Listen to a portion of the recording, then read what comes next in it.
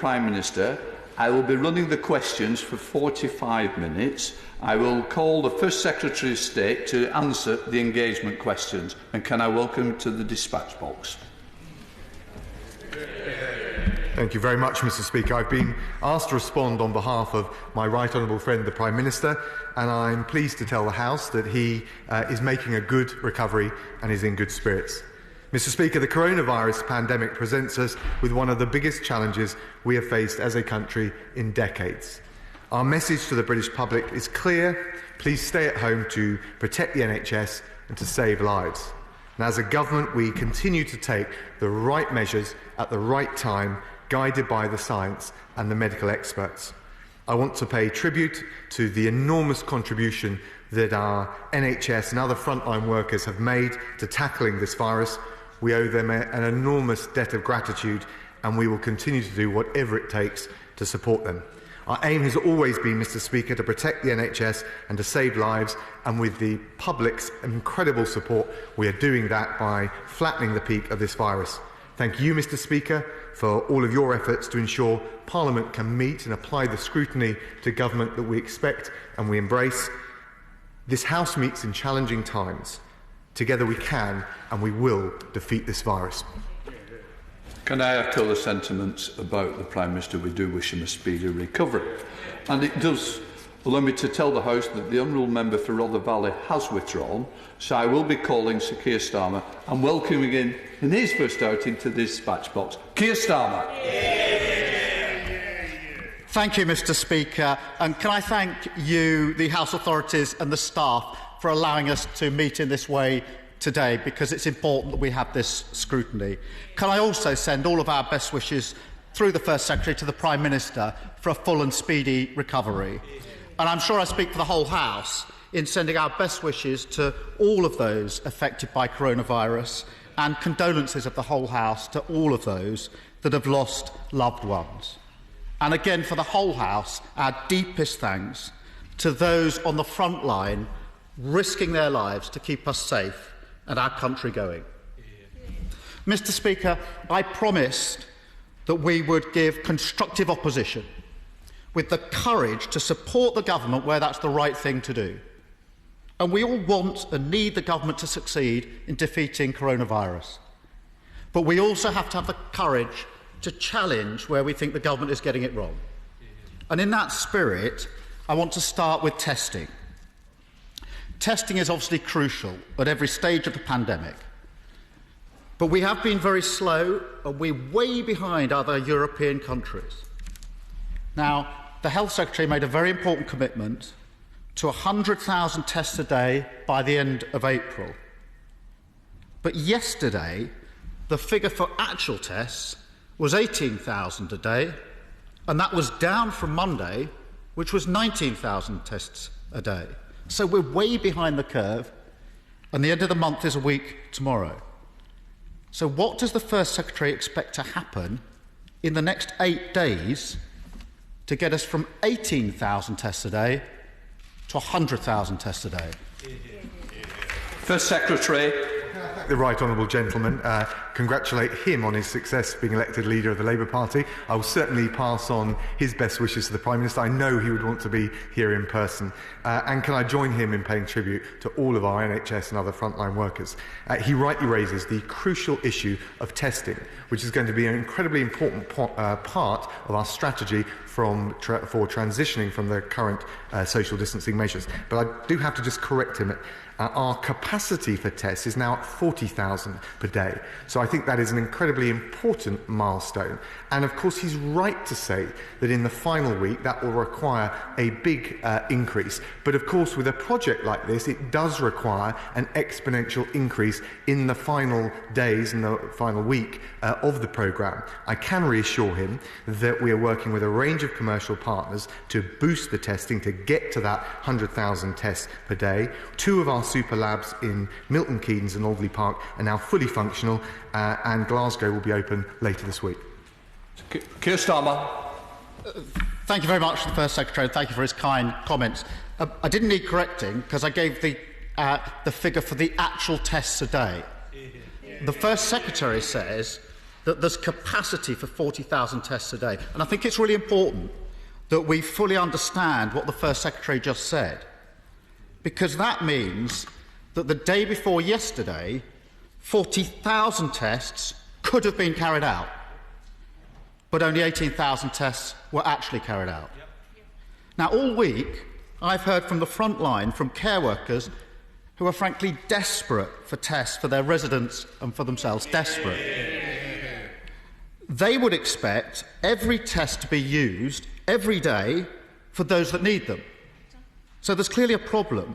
Why isn't the government using all the tests available every day?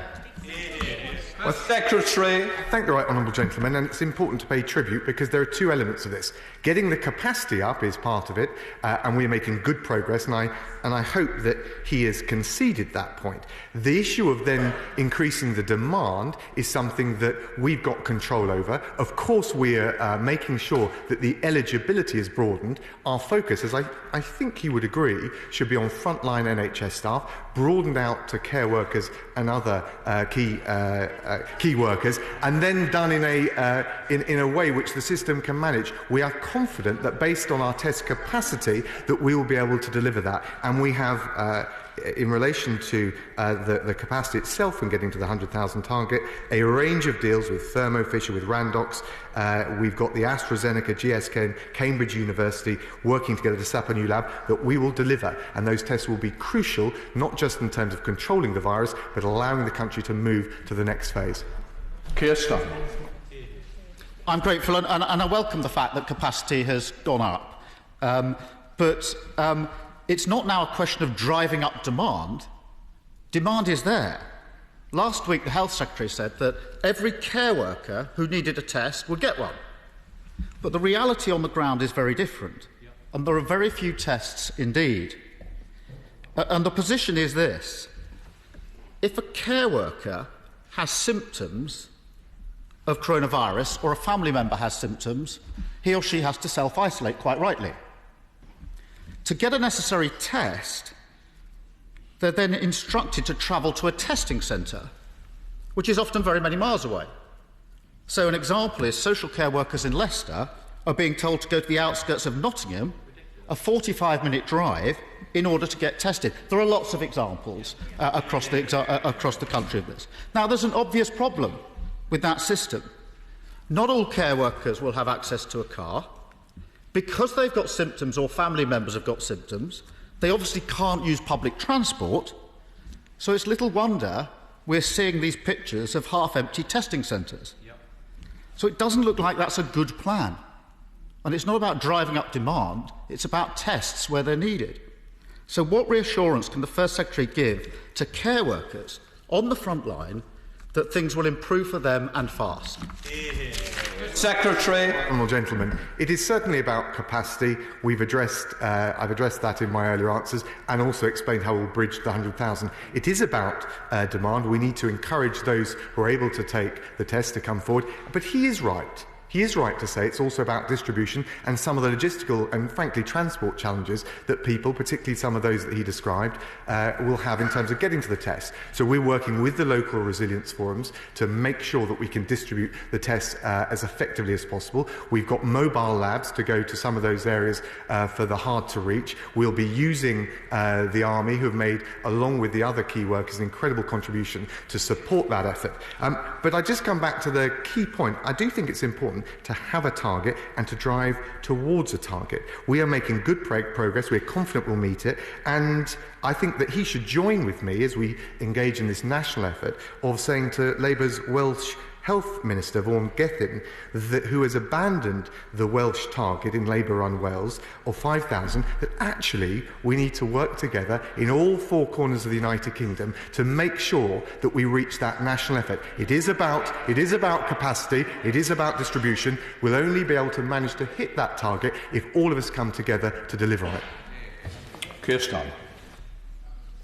Mr. Speaker, I do recognise how hard people are working to try to drive the number of tests up, but there is a significant gap and there's only 8 days left. Mr. Speaker, on Monday, Manjit Singh Riat, an A&E consultant at the Royal Derby Hospital, sadly died of coronavirus. He, I think, was the first Sikh A&E consultant, respected widely across the country, and instrumental in building up Derbyshire's emergency services. He's sadly just one of the many frontline health and social care workers to have died from coronavirus during this crisis. So can the First Secretary tell us how many NHS workers have now died from coronavirus, and how many social care workers have now died from coronavirus? First Secretary. Well, can I just say to him that I entirely agree with the broader point he makes, which is that as our key workers, whether they're in the NHS, whether they're in social care, who are fighting for us, tending for the most vulnerable in our society, need the full support. That's why it's so important that we ramp up the testing, ramp up the PPE deliveries. On the latest figures, my understanding is that 69 people have died within the NHS of coronavirus. I don't have the precise figure for care homes. They're more difficult to establish in relation to care home workers as opposed to care home residents. But I think we can all agree in this House, every one of those is a tragedy, and that can only double down our efforts to tackle this virus and do everything we can to support those amazing workers in the NHS who are delivering so much to take the battle to the coronavirus. Keir Starmer. I thank the First Secretary for giving us the figure in relation to NHS workers, and of course a tragic case, each and every one of them. I'm disappointed we don't have a number for social care workers, and I've put the First Secretary on notice that I'll ask the same question again next week, and hopefully we can have a better answer. Mr. Speaker, let me turn to protective equipment. Clearly this is crucial to those at risk on the front line who are risking their lives to save ours, and the least they deserve is the right protective equipment. And we've all heard countless examples of frontline workers not getting the equipment they need. This is an example from a Unison care worker just last weekend, and I quote, "I work in a nursing home. I'm terrified. I don't know if residents have a virus. We're wearing homemade masks. This is horrible, and I'm very scared." And that word scared, I think, is one we've all heard many, many times in this last 2 or 3 weeks. A survey by the Royal College of Nursing found that half of nursing staff felt under pressure to work without the levels of protective equipment set out in official guidance. This has been a stress test of our resilience, and the government plan is clearly not working. So can I ask the First Secretary to tell frontline workers at risk, when will they finally get the equipment they need to keep them safe? Secretary. Thank you, Mr. Speaker. Can I first say that in relation to all of those frontline staff who have passed away as they battle coronavirus and work so hard to protect other people who are suffering, our hearts go out to them, and he's absolutely right that we must do everything we can to protect them. I know we recently had a consultant who passed away at Kingston Hospital, where I've been treated, where both my boys were born and delivered.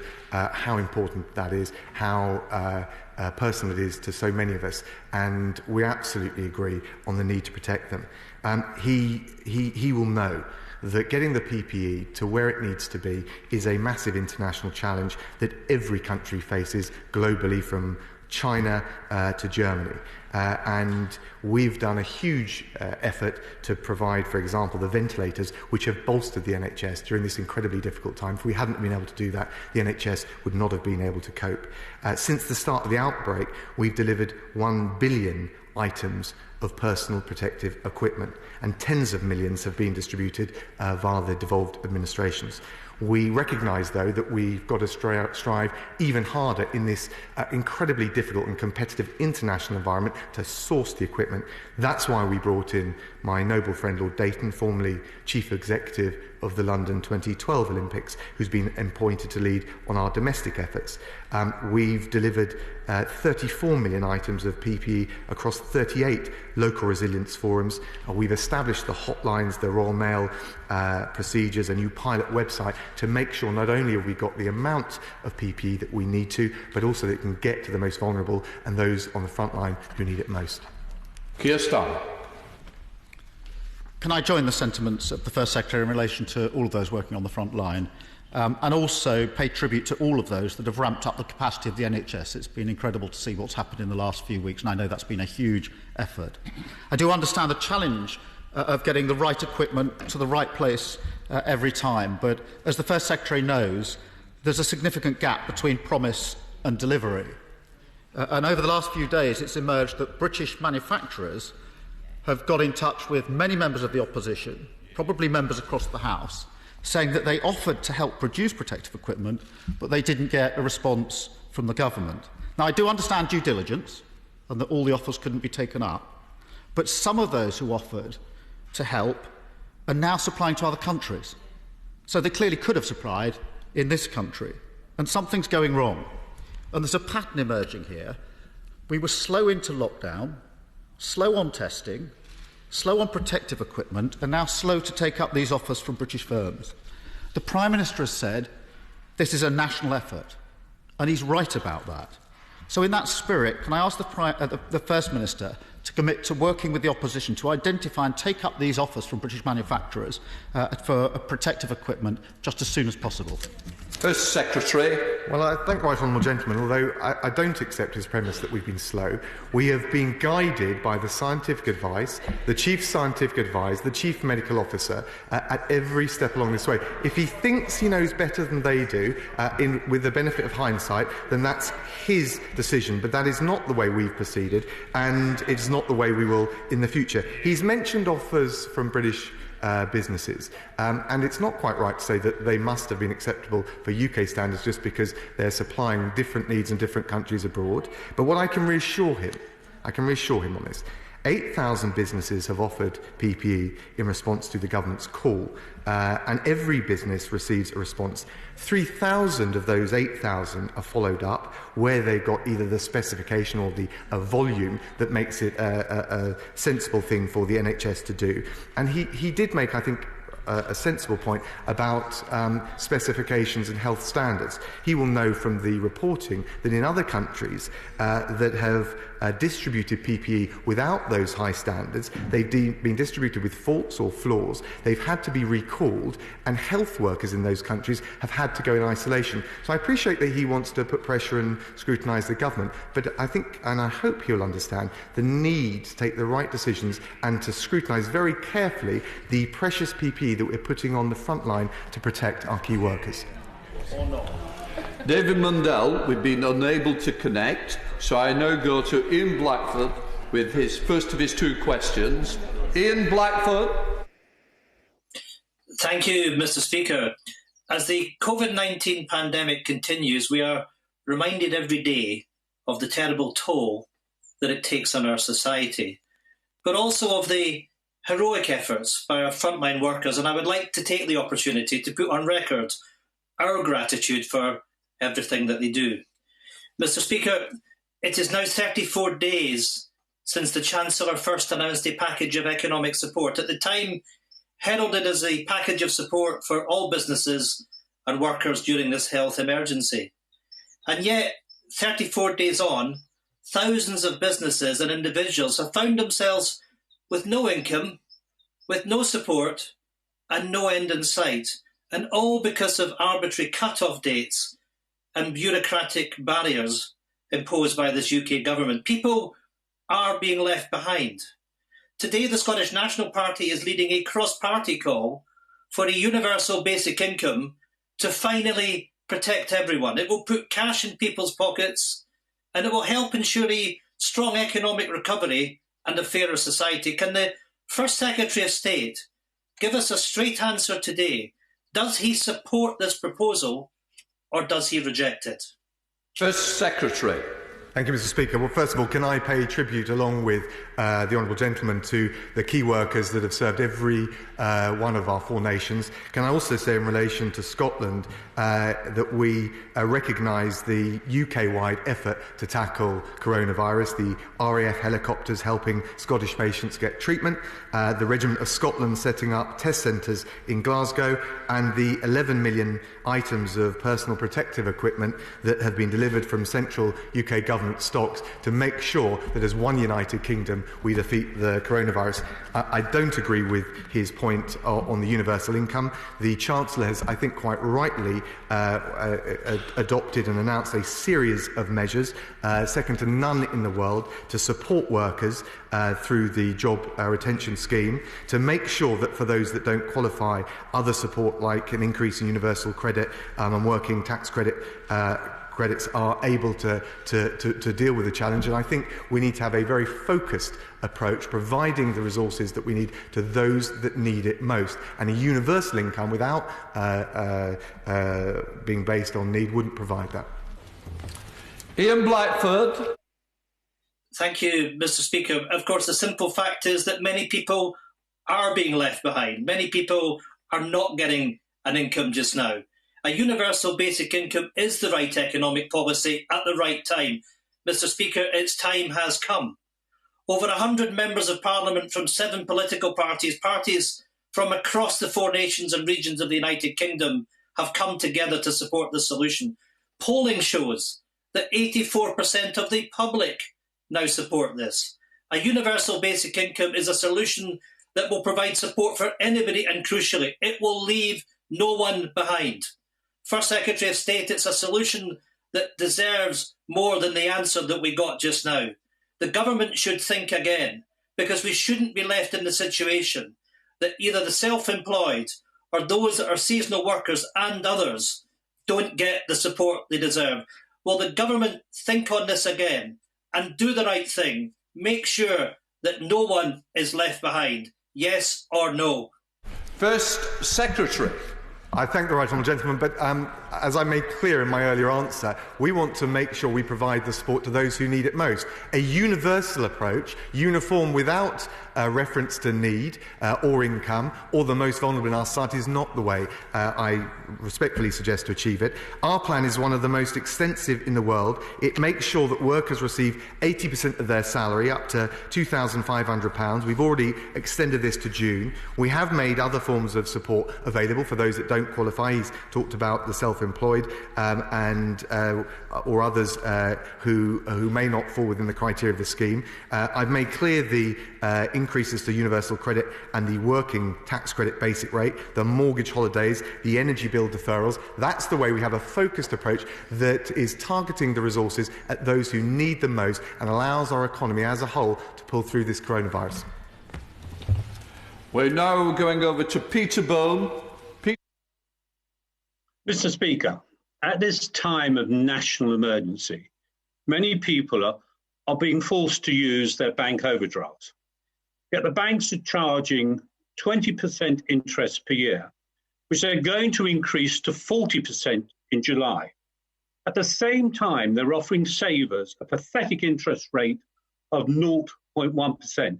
Yet these are the same banks that were saved by billions and billions of pounds of taxpayers' money. What on earth is going on? When are the banks going to act in the national interest? Acting Prime Minister. Off in his prime. I think the First Secretary can get the best out of that. We'll all benefit. First Secretary. I thank my honourable friend. I'm pretty sure I got the gist, and he's right to refer to the support banks need to be providing to customers. And thanks to the work of the Chancellor, the major banks and building societies have provided relief to those impacted by coronavirus, including deferring mortgage and other loan repayments, including increasing overdraft limits, including increasing credit card limits. By the first week of April, 1.2 million mortgage payment holidays had been granted, and in this national effort, as we pay tribute to those across the country who are stepping up to the plate, we certainly expect the banks to do their bit. We're now going over to Lucy Powell. Lucy Powell. Thank you very much, Mr. Speaker. Like Sam's Chop House, the Frog and Bucket, and hundreds more in Manchester, nearly 3/4 of hospitality businesses don't qualify for grants, and for most, loans just aren't an option. Given that the hospitality and retail sector are the lifeblood of our high streets and are likely to face the longest government-enforced closure, will he extend cash grants and come up with a rescue package to stop thousands of pubs, restaurants, shops and venues from disappearing altogether? First Secretary. Well, can I thank the Honourable Lady, and I certainly agree with her about the challenge we've got across all the sectors she mentioned in making sure that we see them through this incredibly difficult period. We want to make sure that the country, the economy, all those small businesses, all those sectors she mentioned can bounce back. The Chancellor has introduced a whole range of measures in relation to both finance, grants where they're capable of being made, and also other tax deferrals to enable small business and those in the sectors she described. I will, of course, certainly, if there are any particular businesses, take them away and look at them very carefully and make sure that the Chancellor can assess whether there's any more we can do. But we've got to make sure, from the high street to those sectors which are adding huge value to the economy, that we're in a position after the coronavirus ebbs, and once we come through the initial crisis, to bounce back. And we'll do that by looking after all of those small businesses and all of those sectors that she rightly described. We're now going over to Sally Ann Hart. Sally Ann Hart. Yes, thank you, Mr. Speaker. Beautiful Hastings and Rye is heavily dependent on tourism as a major driver in the local economy. COVID-19 has badly hit the tourism, leisure and hospitality industries. And has my right honourable friend considered what measures are needed to firstly encourage domestic tourism and secondly ensure that tourism and tourism-related businesses are given the right support to enable recovery from the impact of COVID-19 and revive our local economies? First Secretary. Can I thank my honourable friend? She makes a really important point. We know that the coronavirus is significantly affecting the tourist industry. That was a point actually made by the previous honourable lady as well. And the Chancellor has set out unprecedented support for businesses and workers, including those in the tourism sector. That includes business rate support for hospitality and leisure businesses. We've also announced a £1.3 million scheme through Visit England to provide support to destination management organisations at risk of closure because of the coronavirus pandemic, to see them through this difficult time. And we are committed to helping the industry get through this crisis so that we can encourage people to take holidays and to revive the tourism sector as we come through the crisis. We now go over to Barry Gardner. Barry Gardner. The Government Scientific Advisory Group on Emergencies recommended an urgent lockdown to save lives on the 26th of February, but it took another 3.5 weeks to implement it. The government likes to claim that it has been following the scientific advice, but it hasn't, has it? First Secretary. I thank the honourable gentleman. We have at every stage. From January, when the original crisis started to break out in China, right the way through to the moment several weeks ago where we announced our social distancing measures, followed meticulously, carefully and assiduously the advice both from the Chief Scientific Advisor and the Chief Medical Officer. And as a result of that, and as a result of the measures we've put in place, two things have happened. First of all, we've protected our precious NHS. It hasn't been overwhelmed in the way some had feared. And also, and I pay tribute not just to the key workers, which we've talked about, but the huge sacrifices made by the great British public. Because of their compliance with the social distancing measures, we are starting to come through this peak. And that has only happened because we have taken the right decisions based on the evidence that we've had at the right moment in time. And I have to say to the honourable gentleman, that's exactly what we'll continue to do. We are now going over to Nick Fletcher. Nick Fletcher.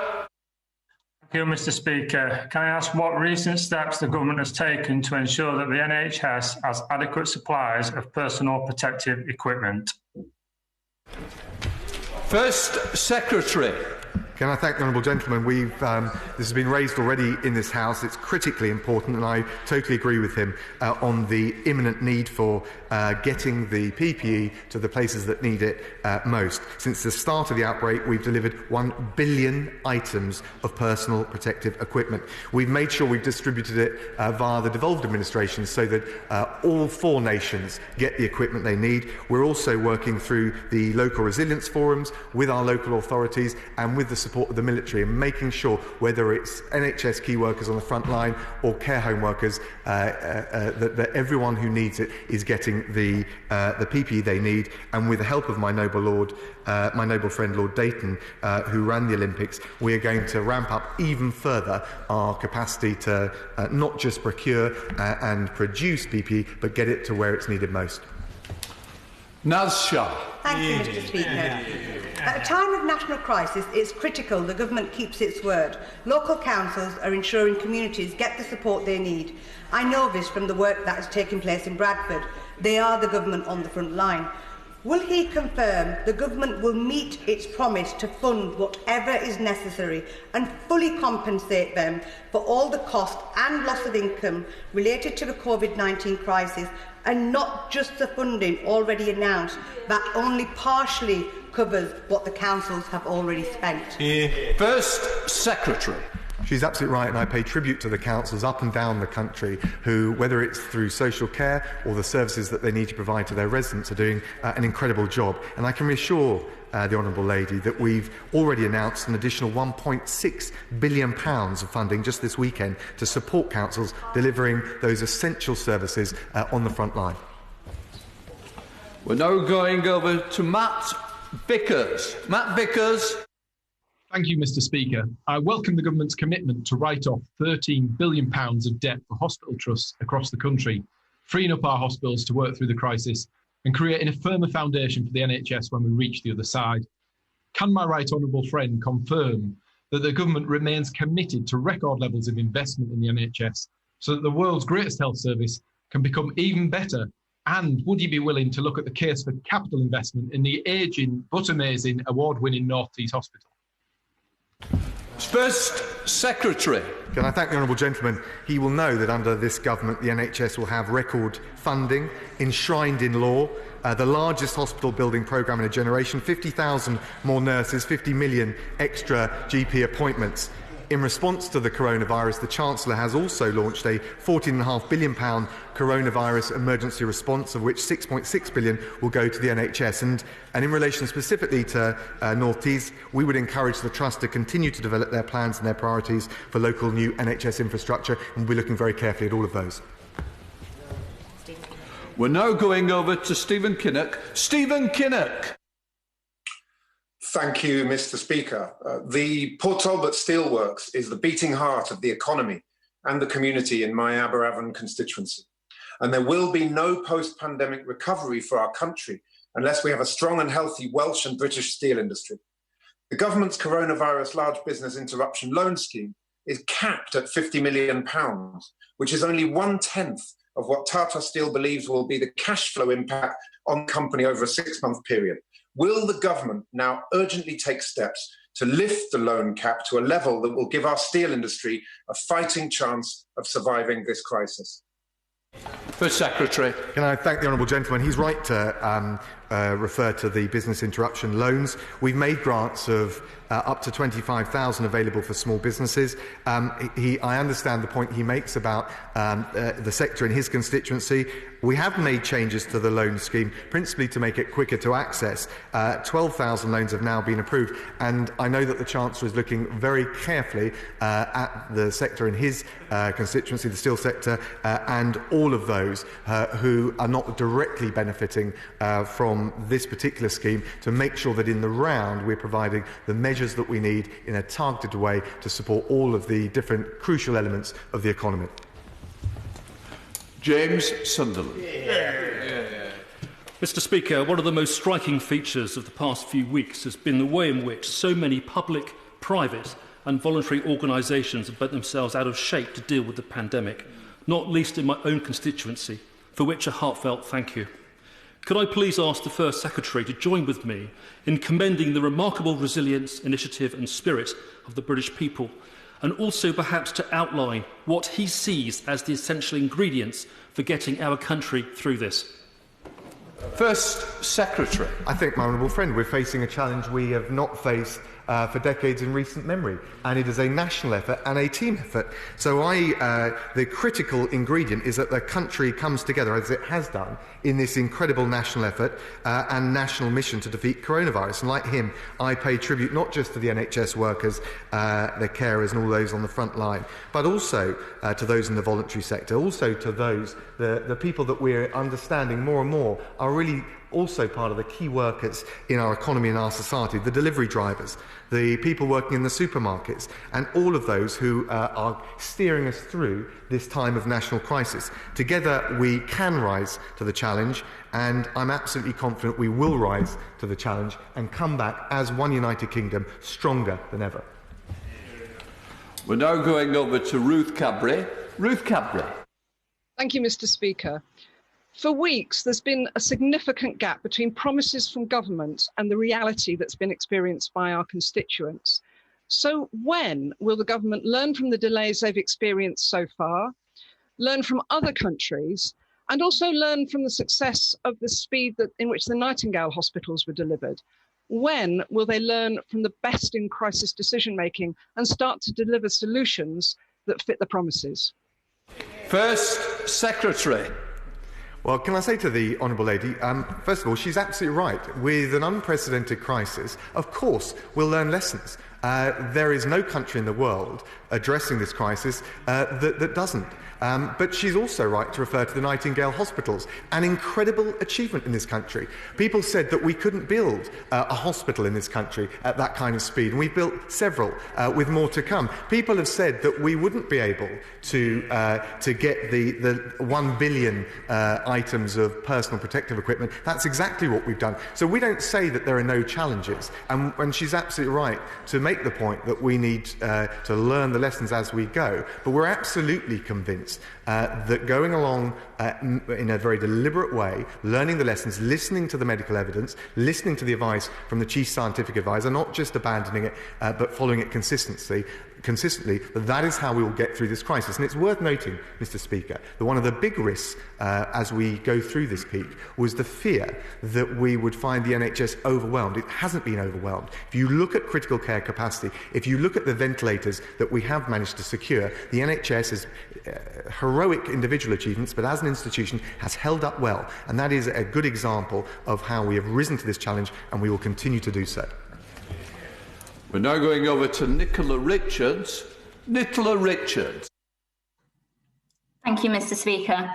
There are around 100 of my West Bromwich East constituents currently stuck in India during this pandemic, which is why I very much welcome the government's bold commitment to work with our international partners and airlines to bring back our British nationals. Could my right honourable friend provide the House with an update on the progress of this scheme? First Secretary. Can I thank the Honourable Lady, and of course you'll know as Foreign Secretary I've been working flat out with the Foreign Office and our international network on that. It's worth saying that working with foreign governments and the airlines to return stranded, we've returned over 1 million British nationals on commercial flights. I think the scale of that operation, she can understand, is incredible and unprecedented. We have also introduced a special charter arrangement. We've put £75 million. We've got a whole range of international UK airlines signed up to it, and we've returned over 10,000 on charter flights. In the last few weeks, the FCO chartered 52 flights to get more than 10,000, in fact, back from 16 different countries, including nearly 5,000 from India, which I know she's mentioned. We've confirmed further flights from several countries going forward in the next few days, including India, Pakistan and Bangladesh. Sir Edward Davey. Sir Edward. In an answer to the Leader of the Opposition, the Foreign Secretary mentioned a consultant who died at Kingston Hospital, my local hospital. That consultant's name was Anton Sebastian Pillai. Anton came to the UK after qualifying as a doctor in Sri Lanka in 1967. Anton worked in our NHS for decades, and he was treating coronavirus patients when he caught the disease and sadly died. He was the best of us. So on behalf of Anton and the other brave NHS and care workers who made the ultimate sacrifice for others, and so we learn the lessons urgently ahead of a future pandemic, will the government commit itself now for a future independent judge-led inquiry into how this crisis has been handled? First Secretary. Can I thank the right honourable gentleman, and I join with him in the tribute that he made to Dr. Anton Sebastian Pillai. I know firsthand, I've been into Kingston Hospital, my boys were born there, I've been treated there, the incredible work they do, and it's my local hospital too, and so I join with him in paying tribute to what they've done. I have to say I won't take up his offer of committing to a public inquiry. I think that there are definitely lessons to be learned, and when we get through this crisis, it will be important that we take stock and we come together to understand, with an unprecedented challenge on an international scale, what can be done to avoid it happening again. But I think right now, from our key NHS frontline workers to the members of the public, they would rightly expect our full focus to be, as we come through the peak of this virus, to make sure that we save lives, protect the NHS and steer the whole country through this crisis, rather than engaging in that process or that set of deliberations right now. We now go over to Faye Jones. Faye Jones. Thank you, Mr. Speaker. The First Secretary of State will be aware that the Army has played a vital role in the UK's response to the coronavirus, but he may not know that in Wales, the Joint Military Command was stood up in Brecon Barracks in my constituency. From there, they have been supporting local resilience forums around the country, including our 7 regional health boards.